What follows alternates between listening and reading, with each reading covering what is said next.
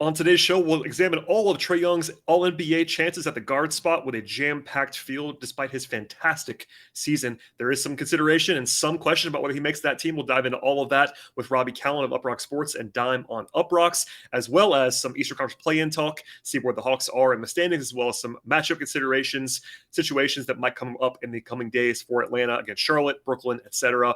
All of that on the way. You are Locked On Hawks, your daily Atlanta Hawks podcast. Part of the Locked On Podcast Network. Your team every day.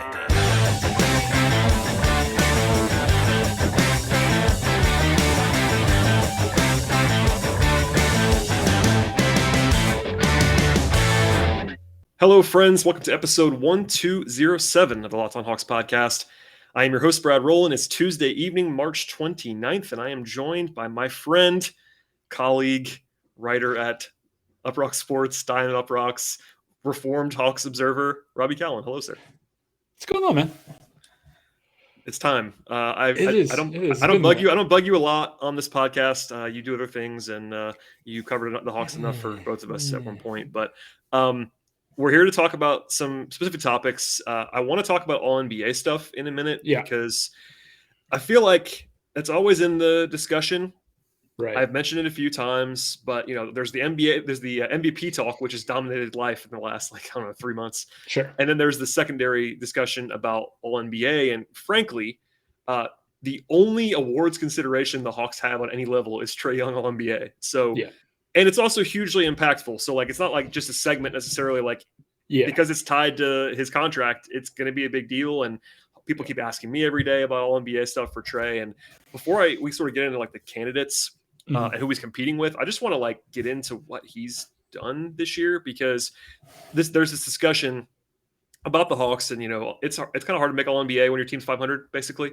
But also he's been individually outstanding very, very clearly. So I mean, you're not a voter yet. Hopefully you will be at some point, Robby. No, I won't. No, I don't want to be a voter. So here's the thing: is I don't want to be a voter. I have no desire to have that. Because you said, it's tied to contracts. I don't want anything to do with that. Don't. Well, there's that whole discussion about how crazy it is that that's still the case. I mean, and by the way, the league and the players. I was going to say the media didn't ask that. I asked for this. I know we have a bunch of friends that vote, and people take it seriously, because if you have a vote, take it seriously. It matters a lot. You have to. But nobody wants it to dictate contracts. The fact that Trey's, it's like a $30 million gap for Trae Young, whether he makes third team All NBA this year or doesn't make it. He could finish seventh among guards and lose quote unquote $30 million. That's actually insane when you think about it. Yeah. But Trey himself obviously has the numbers. I think as of today, he's second in total points and first in total assists for the season. Yeah. Top 4 in points and assists. Usually those are kind of lock all NBA numbers. And if he had those numbers last year, he would have made it. And this would have been not kind of a lesser discussion. But honestly, the way that I would frame this is that Trey's having his best season of his career, pretty easily. And in my mind, it's not his fault that the Hawks are where they are. I mean, obviously he's part of the team. Could he have been better in certain moments? Sure. But are you okay? As someone who has to observe this stuff and talk about this stuff, how much do you weigh? If somebody made you do a fake All NBA ballot, would you weigh winning a lot? Because, that's one of the things about this that makes it so interesting, is that some voters are you must be on a good team. And others are if you're awesome, you're awesome. Yeah. The thing is, I think it comes in to, it's going to be a factor in some way. I don't think the Hawks have been necessarily bad enough to preclude him from the conversation. I think that's the thing is they're right around 500. They haven't been the team that we necessarily thought they would be. But like you said, I think anybody who's been able to watch the team knows that that's not really a Trae issue. So I don't think it precludes him, but I certainly think it comes into play when you're talking about his case against a Devin Booker, a Chris Paul, when you're kind of trying to figure out where the stats versus impact comes in, and situation factors into that. And so I think it's going to be a tough thing to kind of parse, because is Chris Paul All NBA? I think the injury probably helps Trey in that regard, in that argument, in the fact that Chris Paul just missed a month and a half. So he probably falls out about, but like, I think Booker has to be on there. And then you've got just like part of it's like the guard positions are so hard this year because so many guys took his up. So like you have locks like Ja's a lock. Like that's a guarantee. I think so too. Even with like whatever it is, like 55, 57 games, I think he's going to make it pretty clearly, and I think Steph's going to make it too. Like very obviously going to make it. And Luka's going to be a lock. So that's three. That's three, and I think Booker's definitely a lock now because of how good they are. Yeah, and because of how his production jumped up with Chris Paul out. I think that helps him. So you're talking about. I think that's 4 spots. I think there are 4 locks. I agree. I think that's 4 that you can put in, and then now you're talking about, okay, like is it's Trey versus the 2 Bulls guys, which it's still preposterous that DeMar DeRozan's a guard. Like that's we talked about this when we were doing All-Star. He hasn't played guard. He doesn't play like at all this season. He's played as much guard as Nikola Jokic has played forward this season, which is 0.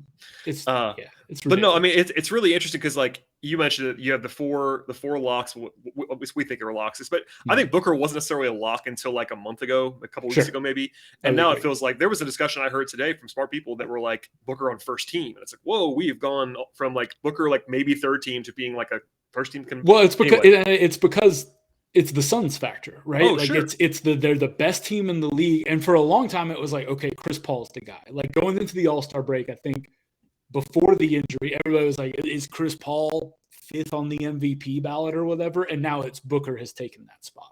Which is that makes sense. He's played more. And he's been great. I mean, 60 games. Like they've been unbelievable. They might win 66, 67 games. And that's just like rarefied air. They have like a 9-game lead on the field right now.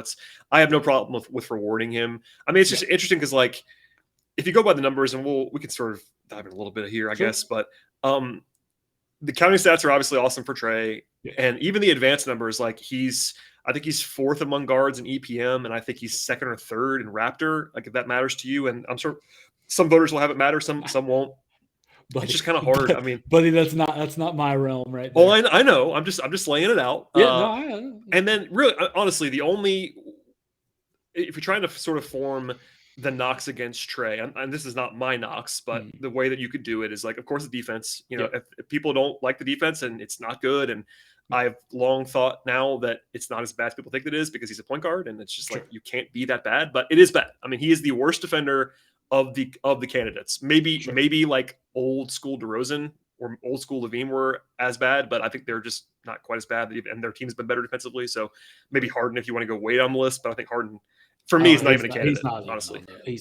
He's on my long list, just like mention his name, but like I think he's not really a candidate. So there's that, and the Hawks record, obviously, which we talked about, but even the net rating, like in years past, the Hawks have been a lot better with Trey on the floor than off the floor, which isn't really the case this year. And I'm not sure what that really accounts for. I mean, I can tell you that it's because of the defense, because the Hawks basically muck it up when they play DeLon right. They play slow, they grind it out, they play defense, and they've actually been able to really hold up okay without him this year, which is different for sure. So there's all of that. And then we'll get into it, but like there's the ticket splitting. So I made the joke a second ago about Jokic playing forward, but I think really, if we're getting into this, the biggest factor in whether Trey makes the All-NBA is who gets voted at guard and who's not voted at guard. Right. Because there are candidates that are like for instance, our mutual friend Kevin Arnovitz, who we love from ESPN, did this podcast with Zach Lowe, where he mentions LeBron at guard, like extensively. And like he's probably going to be eligible or maybe eligible at guard. Like we don't really know. LeBron's played more center than I agree this year. But it's the same thing as DeRozan. I don't think you can. I totally agree with you. LeBron at guard doesn't make any sense to me. Like I love K. I'm with you. That doesn't. I think it literally is just this simple. I think there's this philosophy this year, this is more of an NBA overarching thing. That's why you're here. Is like, because there's this movement to get Jokic and Embiid on. Right. People are like almost encouraged to ignore positions as much as they possibly can. And if you go down the list, if you try to do that and then have Giannis at forward, if you feel like this wasn't Kevin, but somebody else that I trusted, I can't remember who it was like, what about Jason Tatum? If you want to get Jason Tatum on, can you put him at guard? Can you put can you put obviously DeRozan is the one we mentioned before? And I'm not saying that you should do that, right. But I don't know how far it's going to go. Well, and there's this whole thing about it. Like, the fascinating thing with that is like you better be on the same page with every other voter, or you're going to end up screwing these guys off the ballot. Well, like, right, and I guess what happened last. It was Tatum. It was Tatum. Tatum got screwed off last year. He was very mad about it too, because like he would have gotten on if they had. And listen, this is just a philosophical thing at this point. Like I don't really care about positions versus no positions. Sure. But my whole thing is like, if you're going to have positions, and at this moment for this year they have positions, right. Can we just not make them preposterous? Like I understand wanting Jokic and Embiid to get on. I get it, but like those guys are not forwards. They're just not. Like I just like there's not. You don't get more money for first team. No. Like you don't get like there's so like we've had this debate about it's the history. That's the number one argument. Seriously, that's the argument everybody's making. It's like, well, and on the other side of that, like if you go back to previous, generations, like no one was putting Bill Russell on the forward line in NBA. Like they were voting him against Wilt, and or you're voting Hakeem against David Robinson, or you pick Shaq against whoever at center. Like you got to choose. Hakeem and David Robinson, right? Like, you got to choose. It is what it is. Like, but I think that there is enough of a groundswell where like I'm kind of expecting them to figure out a way to get Jokic and Embiid on now, and I don't know what's going to happen. But I just like I don't. Yeah, I mean, maybe they can do that, but like I think once you start tinkering with LeBron and Tatum, it just has and other those, ramifications. Like, yeah, I mean, but like it pushes everything down. It pushes everything down, but like I don't see how you end up. Also, who's going to be the fourth center if you do that? Who would that be? Gobert or Towns? One of those two. I can see Towns. Towns has been really good, and their team. I would be fine with Towns. Yeah, like, no, I mean, it really is forwards. It really is a forward thing, honestly. Like if you go down the list of forwards. Yeah. It gets kind of light pretty quickly. Like you got Giannis and KD, who actually has a games played kind of thing.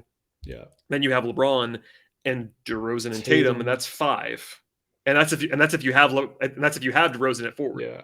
Which people might not vote him at forward, as we've seen. So no, I mean we'll get into somebody forward. Like I don't know. Like, yeah. I know he doesn't really play it, but like you could, if you want to fudge something. Put Luka as a forward. Luka's a forward. No, I agree. That's what before you make a point forward. Before you make LeBron or Tatum a guard, make Luka a forward. Move Luka. I totally agree. Like that's all right. Before we keep going on this, I'm going to ask you about some head-to-head stuff. A word from our sponsors, real quickly. We'll be back with more on all NBA stuff. NBA TopShot is the official licensed NFT of the NBA. Connect with the passionate community of NBA fans across the globe and build your collection with favorite moments from NBA history. NBA TopShots feature what NBA fandom looks like. It's part trading cards, part stock market, part fantasy sports with a built-in loyalty program along the way. And NBA TopShot has evolved really trading cards because it makes it easier to buy, sell, and trade by removing the hassle of card grading, shoe boxes, and binders.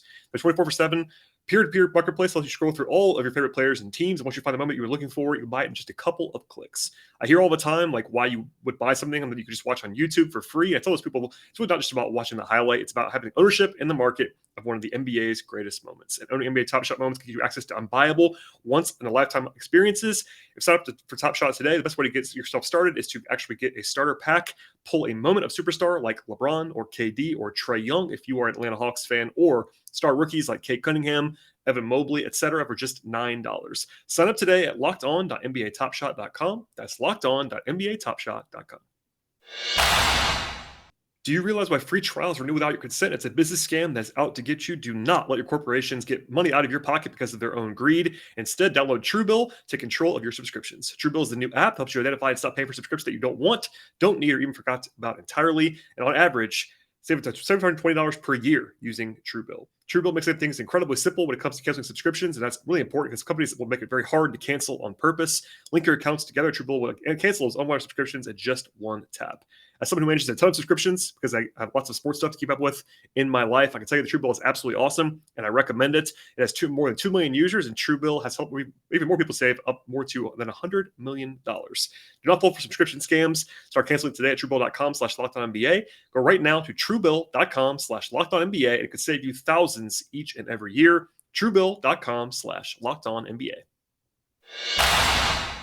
All right, Robbie, let us continue here because we got into it a second ago, but you have the locks. You have, I think, aside from positional weirdness, sure, the competitors for Trey, it looks like to me, are the Bulls guys you mentioned, Donovan Mitchell and Chris Paul.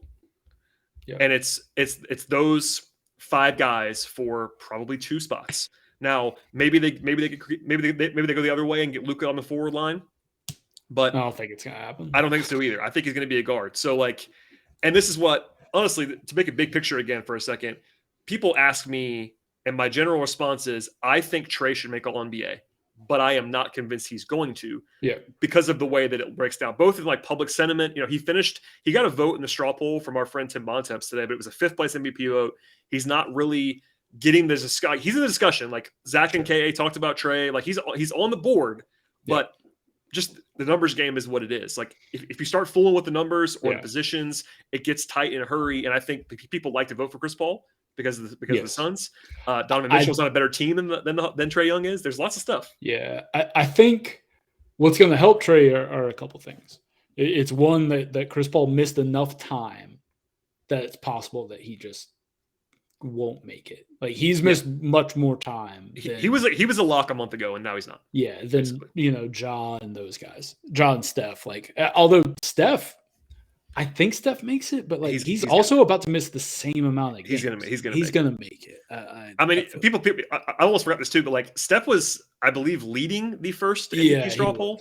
Like as a voter in the Tim Bontemps MVP straw poll, who doesn't have a vote. So a reminder that legendary. The MVP straw poll doesn't necessarily touch on all the voters. It's close. I'm not a voter. It's good. It's good.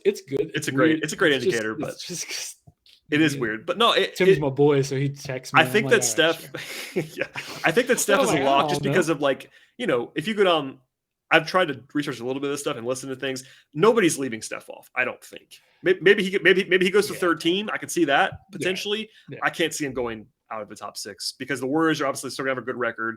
He's also Steph. Like there's that halo effect with LeBron and Steph where like you're just we're gonna vote for them. That's just what it is. Sure.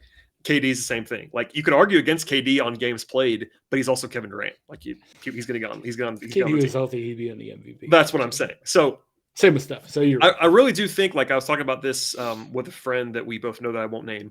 But it was like, it really you have to argue on behalf of Trey, and he's got to be ahead of at least one of Mitchell or Paul. Because for me, I don't know how you feel about this. I think he has clearly been better than LaVine and DeRozan. I really do. Now, and I think Chicago's downturn. Well, and the same with the Jazz. Like the Jazz are not what they were, so I don't think there's necessarily the feeling that you have to put Donovan Mitchell on. There's 7 games ahead of the Hawks, but that's not that much. I mean, no, that you have to get a Jazz man on. Like I just like to say Jazz man. I really hate Jazz man as a. I totally disagree. I think it's great. Fine. I think we need more really weird names. That's an interesting take from you, but I disagree.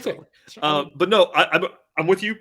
I think if the Jazz were the 3 seed in the West, Mitchell would feel like he was going to be ahead of Trey. Yes. So there's some stuff breaking his way, especially we sort of couched it with like all the obstacals.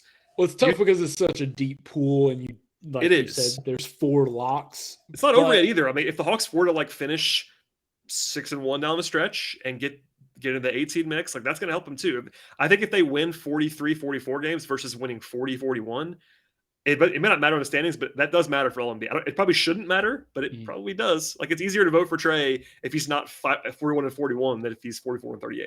Yeah, I mean even just like not being the 10th seed. Like I think there's do you really want to vote for the guy on the 10th seed? Like I think that's a thing that's going to come into play for some of these as stupid as it might seem. Like literally just jumping Charlotte. And they would probably help them, or especially being top 8, like especially because like I still think in the minds of a lot of folks, top 8 is still playoffs. It's playoffs. Like you still think of that as being the playoff tier, even though I wouldn't be surprised if one of the 9 or 10 seeds in the East ends up in. Well, as crazy as this is, the Hawks would be the 8 seed in the West right now. Yeah, by 2 games. Which is kind of crazy, but that's true. They would be the 8th in the West. And the West is usually a lot better than the East, and that's not been the case this year. It also helps Trey that the Cavs fell off, so there's not the Garland push. Yeah, I mean, I made a long list originally that I referenced earlier that included like Drew Holiday and Harden and Darius Garland, and I'm like, I can't see any of these guys, LaMelo, like those guys aren't going to make it over Trae. I don't think that would be insane. Number one, I think Garland's been great this year, but Trae is just a lot better. No, I got you. And Fred VanVleet, like early in the year, there was some VanVleet talk, and I think he's given away to Siakam as a candidate. Like Siakam's a real candidate for that last spot at forward, I think. Yes, and VanVleet's really not. So I think it really does come down to the guys we laid out there, and that's why if it was me, I would have Trae on, because I really do think that he has been better than Mitchell, and I think he has been better than the Bulls guys. I'm not sure that's going to all be unanimous from everybody, and I'm sure it won't be. It's going to be close. Yeah. I have a hard time like actually projecting whether he's going to make it or not. I know that I would vote for Trae, because I think if you look at the numbers, especially, like Trae's numbers are unbelievable. I think he's been really, really like. It's going to sound crazy. He's been, I think, markedly better this year than he was last year in the regular season, which may sound crazy, but I watch him every minute of every game. I think he's been much better this year than last year in the regular season. I mean, the stats back it up. I mean, obviously, you watch more Trae Young than anybody out there. So I would agree. I do see the pitfalls, but I do think the Bulls falling apart is huge. Big time helps. Yep. Is huge. If they were a top 3 seed, I would feel like DeRozan was a lock, because he was 6 weeks ago. DeRozan felt like a lock. I mean, he was in the I had him top 5 MVP when we did the straw poll. I thought you were about to go with the dreaded in the conversation. The worst thing in the world. The in the conversation. Here's the thing. Like I love doing this because I love this because you have to vote for 5 guys. It's hard. And it's hard. There's 3 guys that know. There is. There's 3 guys that actually have a case for the award. And then you get to this point where it's like in the conversation, and it's just people that you want to be like, hey, good season. Well, Trey got a 5th place vote today in the poll, and I think that's actually defensible. People were like, well, how does he get? I'm like, look, I could make a case. I'm not saying I would vote for Trey 5th, but I could pretty easily make the case. The one thing that I pointed out on Twitter, people got mad at me in Memphis, as you might imagine. Someone voted for Ja 2nd in the straw poll. And I was like, outrageous. That's indefensible. I'm not even picking on Ja. Ja's been awesome this year. I don't care about them. I mean, it's obviously impressive. They've been great without him. But to have a vote and even in that straw poll and be like Ja Morant 2, you've lost your mind. That's just a ridiculous vote. But for me, the pool for MVP, which kind of feeds into all NBA for 4 and 5, is extremely wide open. You can make a case for 12 guys. I mean, I had Tatum and Booker 4-5.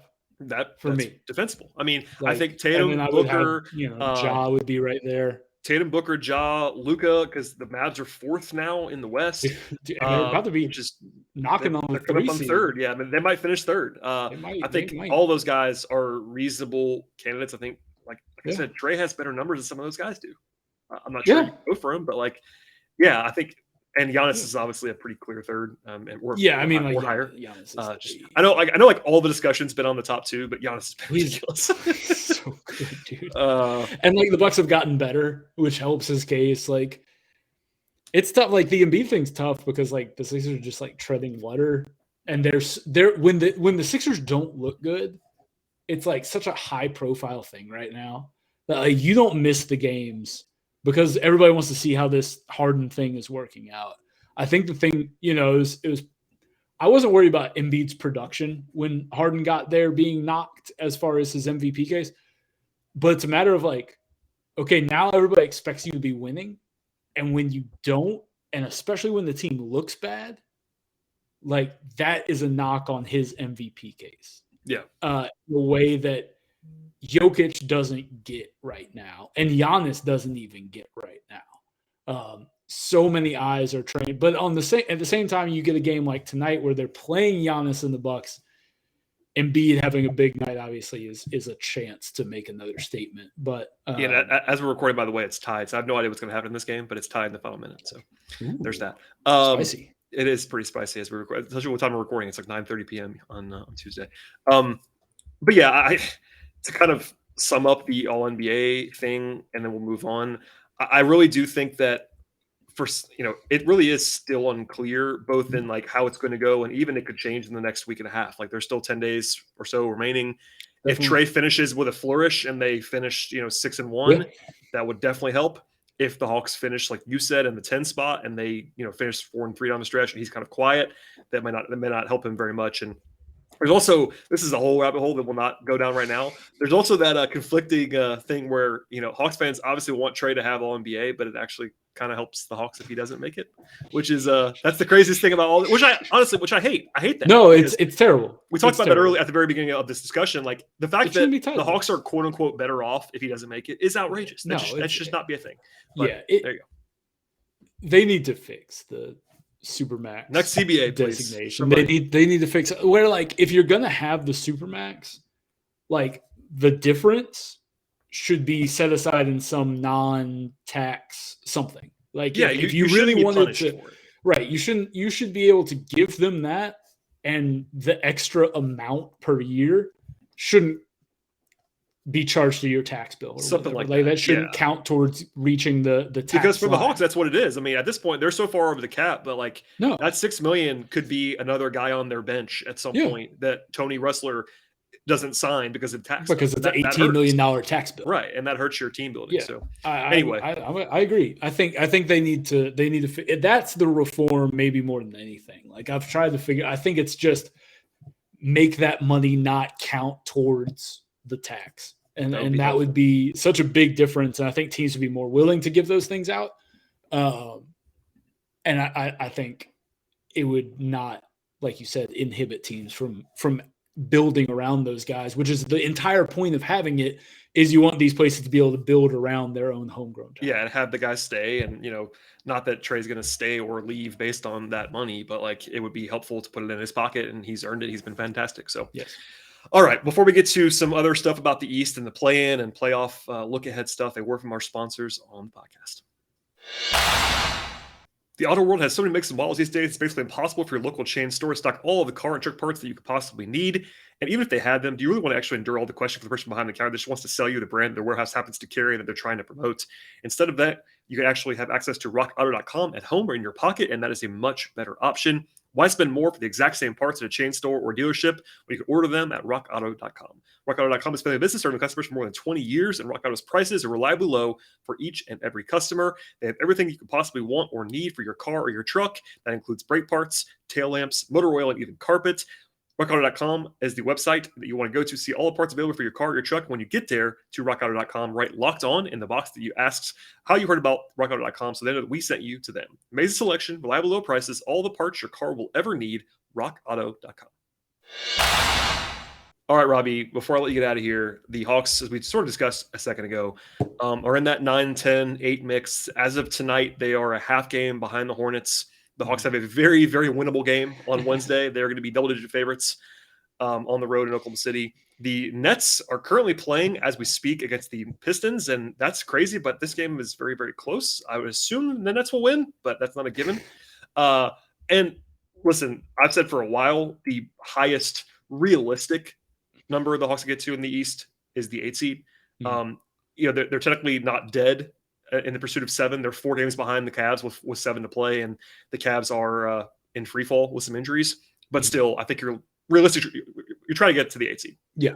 But let's just assume for a second the Hawks are in the 9-10, because I think they're probably going to be. That's the likeliest spot for them against Charlotte in some form. It obviously helps to have home court.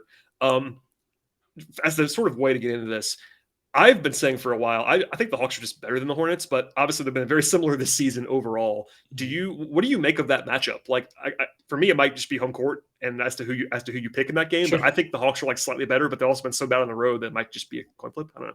Yeah, I mean, you definitely want that game at State Farm. It's interesting because 23. No, sorry, 14-23 on the road this year. That's not good. That's not what you want. It's interesting because like the Hornets are playing really good ball right now. Like I think early in the season, like I would have been 100% on board with saying like the Hawks would be favored in that game, even if they're kind of limping in or whatever. But they've started to play like they're not a good defensive team. Like don't get me wrong, like the Hornets are still a below average defensive team, but like they've started to kind of like piece some things together.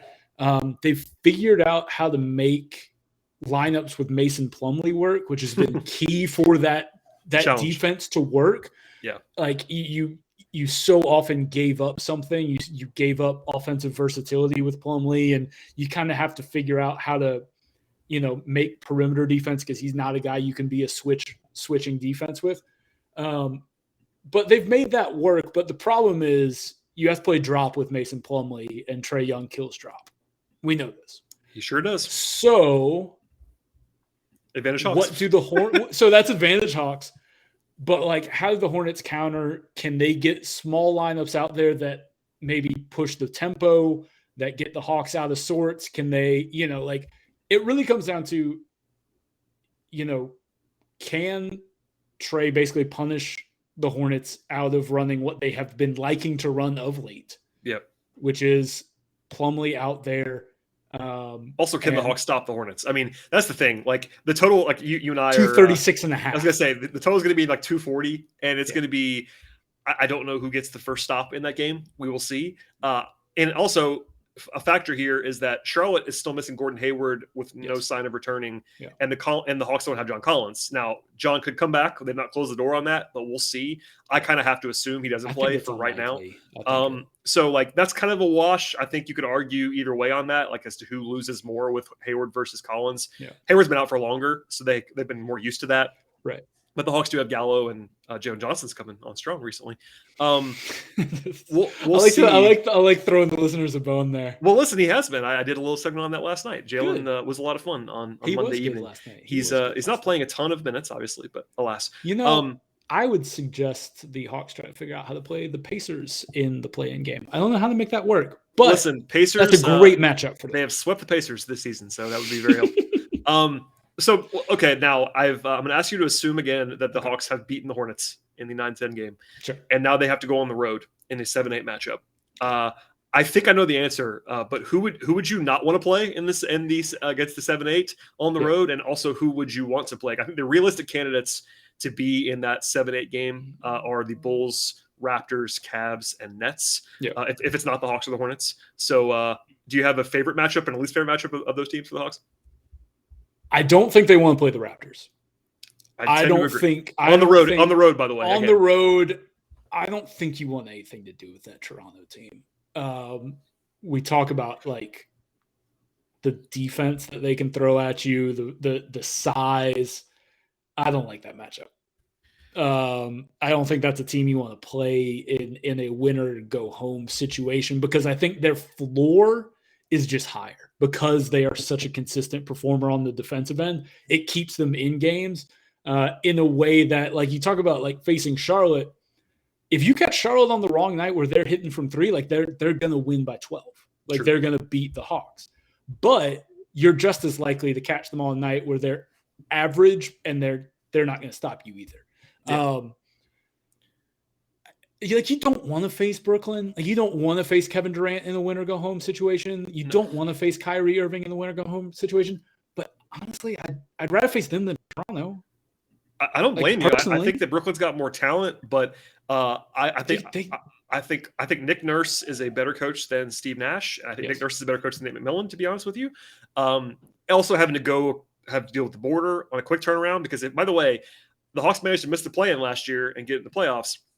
But if they are in the 9-10 game, they play on Sunday in Houston as their finale. Then they have to come home or go to Charlotte for a Tuesday game, and then they have to go to Toronto on Thursday, which is not like a super quick turn. It's not a back-to-back or anything, but that means you're traveling for 5 straight days, basically. Yeah. And Toronto's been chilling, game planning for you for 5 straight days. So no matter what, it's a bad matchup. I mean, I guess the other way to put this is, like, do you think the Hawks would be maybe not favored, but like would they beat the Bulls or the Cavs in a one game? I mean, obviously it's tough to do on the road, but like I feel like the Bulls. I think those are the two you want. Vulnerable. I think those are the two you want right now. Cavs probably number one for me because they have injuries, which is not their. That's not their fault. No, it's not on them. But like if Jared Allen can't play, and Mobley's now got an ankle. Mobley's got a tweak.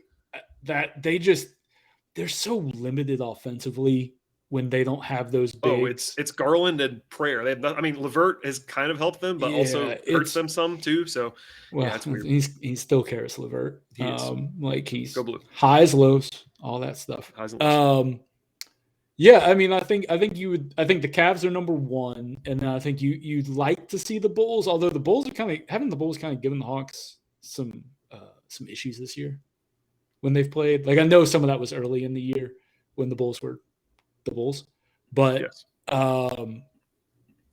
not a fun team to play in that situation with DeRozan, but I still think just if you're talking about coming in on form, I think Toronto's the team you want to avoid. The Nets, look, I get it. They're terrifying because of Kevin Durant and Kyrie Irving, but man, they don't scare me right now with how mediocre they've been on defense and how sloppy they are on offense. It's not I'm certainly lower on them than a lot of people are. I mean, I don't want to see Kevin Durant on the other side. You don't, because he's going to score 35 on you and not break a sweat. And honestly, because of the Hawks' weaknesses, they don't have two guys to guard them. They don't even hit really want. I mean, they can maybe throw Hunter on Kevin Durant, but I don't know who guards Kyrie. I truly don't. DeLon Wright's only on the team that I could say could guard Kyrie, and he's not going to start him. So that's a whole other preview issue. But that's my fear against them. I'm with you though on Brooklyn. Brooklyn's got some real weaknesses defensively.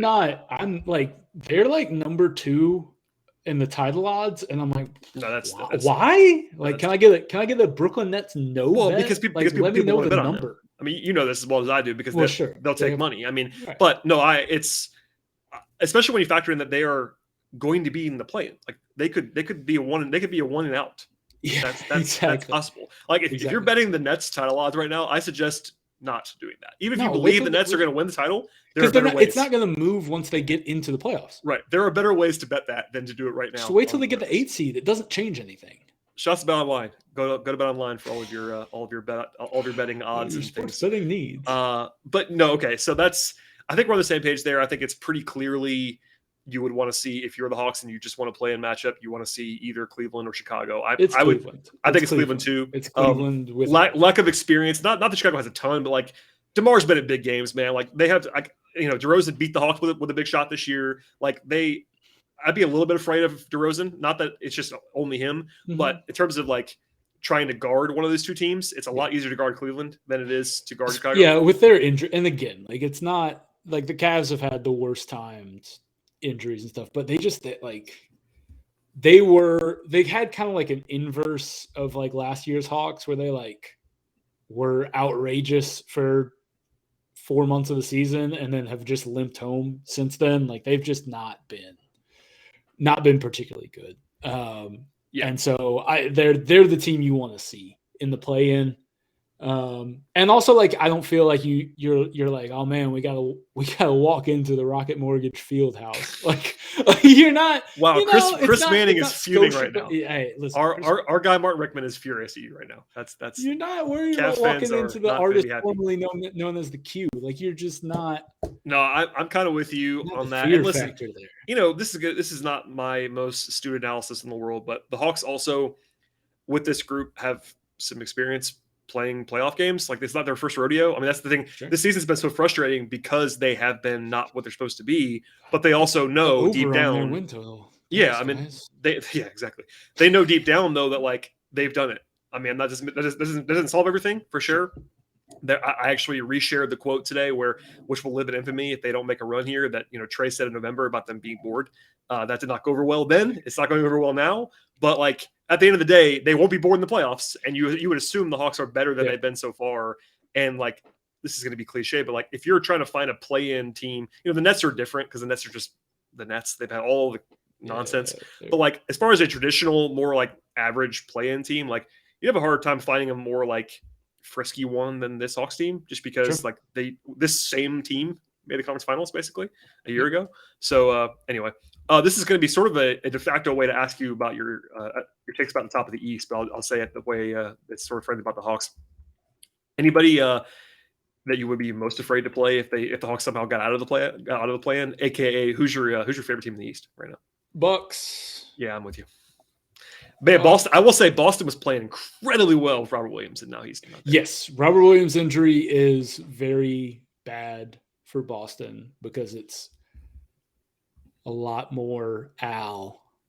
We love Al as your anchor, and 35-year-old Al as your anchor. I'm actually more worried about the fact that they're going to be playing Daniel Tice, and Daniel Tice is actually not terrible, but he's not Robert Williams. But that's the thing is you're now instead of kind of platooning Al and Robert Williams and playing them together some. And Grant Williams like a little bit at small ball 5. Yeah. Now you're leaning a lot more on Al and Tice and Grant, and it's tough, especially with the matchups that you have to face in the East. Like, it's just not having Robert Williams when you're probably going to have to face one or both of Embiid and Giannis. Like, well, he's also their only, Robert Williams is really good, number one overall, but like he's their only vertical threat because Al is still good at his Al's age, but he's not going to be going to the rim. No, he's pick and pop. Or protecting the rim a ton. I mean, he's definitely more ground bound. And same with Tice. Like, Tice is not like this explosive athlete. So they don't have any of that anymore in the pick and roll with Marcus Smart. They don't have the rim protection anymore. Like, they're still good, but like I kind of was buying Boston as a legitimate contender because they've been the best team in the league for like 3 months. Like, it's been really that good. Them in Phoenix. But without Williams, like, I don't really see it. And I have to default to Milwaukee. Not that I don't believe Miami is pretty good, but like I've never believed in Miami, as you can well attest. I've never ever gotten there, and I kind of felt silly this year. Both. I kind of felt silly this year because like I was like, well, I guess I was wrong about the Heat, and I was. To be fair, I was too low on them coming into the year, but like the same questions I had about their offense still exist because if they have a good offense, it's basically that they have to play Hero and another guy who can't defend, and then they can't defend anymore. So it's like once Duncan's on the floor, he's food. Well, we saw it. I think Hero's worse, to be honest with you. Not the Bucks. The Bucks don't think so. The Bucks, I agree, but there was that one game. Duncan and I think it was last week. Locker. Last week, maybe 2 weeks ago, there was a Heat game where they were shorthanded. Was it Philly? I think it was a Philly game. They went at Hero. I mean, literally every play. It was unbelievable to watch. Like I didn't watch the game live, and I heard a podcast. I think it was Nate Duncan. I heard a podcast about it, and I went and watched the fourth quarter, and they weren't kidding. Like they literally went. I think that was the that was the one where Philly didn't have Harden or Embiid. I think that was the Maxey. Yeah, exactly. It was. And they just like Maxey just when Tyrese Maxey and like Tyrese Maxey's great. When Tyrese Maxey just hunting you, it was nuts. I mean, and the fact that they have the two of them who are good offensive players, but they're not like. All due respect to Tyler Hero, he's not good enough on offense to be that flammable on defense and get away with it. It's not like Trae Young. Like Trey is so good on offense that like you have to play. Well, it's that, and also I think we've seen it's so much easier to hunt a bad wing defender.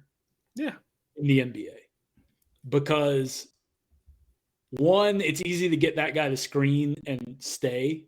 Teams are just built to have point guards kind of. Not switch. Like you're not if you bring like if a wing comes and tries to get Trey's man to come screen for him, the Hawks know we're not switching that. Right. Because you're built to make that adjustment.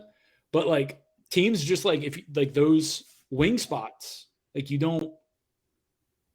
just switch it. Like you're just supposed to do that. And it's schooled into you. If you are, and especially if you have like when Duncan's out there, like he's just gonna switch onto Chris Middleton, and he's food. Yeah, and Max Strus is like, Duncan's at least long. Max Strus is like not. I mean, he's a little bit more stout than Duncan is, but like the problem is maybe when they have Lowry all the time, and he's been out for periods, it'll be better. Oh, he raises the floor a lot, but they can't score without those guys though. Is the problem? Like no, Jimmy can't shoot from the perimeter anymore, which. I know he made 3 threes the other night, but like I don't really think that's going to happen. So yeah, it's not going all the way on Miami. Like I don't think that's a team the Hawks couldn't test. Obviously, Miami would be the favorite in that series. I'm not saying otherwise because they have home court, all that stuff. But like it would be interesting. And then there's Philly, who the Hawks are not afraid of. Let's just say that. I mean, like if you're the Hawks, you are rooting for the Sixers. Oh, of course. Like, of the top four because they're all tied. Just because you've seen it, they can't punt it. Like they play drop number one, which Trey loves. Yeah. They obviously this year it'd be a little bit harder because also they don't have a backup center. Like they have our old friend Paul Millsap playing the 5 for like 20 minutes a night. Yeah, that's not good. And I mean, it's obviously a little bit harder this year because they couldn't hide Trey as easily as they could last year defensively in that series because Harden will pick on him. Yeah, but Harden's not the same guy he used to be. So, I think that, again, I wouldn't necessarily pick the Hawks in that series, but I totally agree that you have to be rooting also, for if they picked off game 1, it would be funny. The vibes would be hilarious. That'd be so funny. Yeah, Trey just has one big game, has like 46 in game 1 on the road, and it's like everything comes back. Because it's just mentally like you got to get by that if you're Philly. And and Doc Rivers has famously presided over some melts in his career. Divers. So yeah, it's interesting enough. I think that for sure I would want to avoid Milwaukee. That's not breaking news. I actually don't know who I would prefer between Boston and Miami. I think I'd probably rather play Boston without Williams, maybe, just because the Hawks are... No? Then Miami? Not Philly. I think Philly's the right choice. Philly's the one. I don't know about Boston, but we just talked about how you don't have two guys to guard. Yeah, it's basically... So I think the Hawks... I think I'd rather have score. I might rather have Miami. I trust, if nothing else, you're familiar. Yeah, I trust Miami's defense more than Boston's now without Williams. That's but I think that they'd be a lot harder. I think a lot harder for the Hawks to guard Boston than Miami because they just don't have any. I don't think they'd have a shot at guarding. So Tatum and Brown, and we're off the rails, but that's okay. That's sort of a good synopsis of what things. Obviously, we're looking way ahead, and the Hawks need to have short-term goals. They need to actually win. Now, there's really no threat of the Hawks not making the play-in at this point. Like I know they're in. It is possible by the numbers, but given the Hawks' schedule and the teams behind them, like you would need the Knicks to go. We have Julius Randle dresses away from the team reports, and by the way, they've won 4 in a row. Like it should have been over by now. It's been 4 games in a row. So like I thought it was going to be mathematic by now, and it is not because the Knicks keep winning. But like at the same time, it's the Knicks. They're not going to keep winning, I don't think. And the Hawks should win at least, minimum 4 of these last 7 games. We'll see if they can. But I think that we know a little bit. Okay, see Vic Krejci season. Yeah, I'm not going to make you do a Thunder preview with me here at the end of the podcast. But edition. I'm checking the line as we speak at our friends at BetOnline, just to make sure that I'm correct about this. It was 13. Looking it up. Yes, with it's right now it's 12.5. Ooh. But I'll say this again: the Hawks are on the road in this game as 12.5 point favorites. The Hawks are 14-23 on the road. Right. And one more thing here, Robbie: the Hawks also have major injuries. Collins is out. They have 3 guys listed as questionable, including their starting forwards. Gallinari and Hunter are both questionable, and they're still favored by 12.5 points because the Thunder are missing half of their team, and they're already terrible. So Shea shut down for the year just for just a small preview here. I did a little bit of the roster last night on Oklahoma City, but I'm just going to read the names here at the end of the podcast. Just great podcasting. This is who's fun. Out. This is who's out for the. This is who's out. I thought we were going to name the guys who are playing. Oh, that's even worse. But I think that's more fun. This is who's out for the Thunder. Darius Baisley, Lou Dort, Derek Favors, Josh Giddey, Shai Gilgeous-Alexander, Ty Jerome, old friend Mike Muscala, and Kenrich Williams are all out for the Thunder, and Trey Mann questionable. So he might play. This is who started for a fun game. This is who started for the Thunder last night against the Blazers. Yes. It was Vic Krejci, who you mentioned before. That's great. It was Theo Maledon, who played 40 minutes. Isaiah Robby, who is 38 minutes. 30 minutes. Pokusevski. 41 minutes. A bad NBA player right now. And then Aaron Wiggins, not Andrew. Aaron Wiggins, 40 minutes. Aaron Wiggins scored 28 points. He's actually been pretty good, and they signed him to a real contract. But can I ask you a question about that's the starters? Who is Olivier Sarr? I have a better question than who is Olivier Sarr. Please, who is Lindy Waters? Lindy?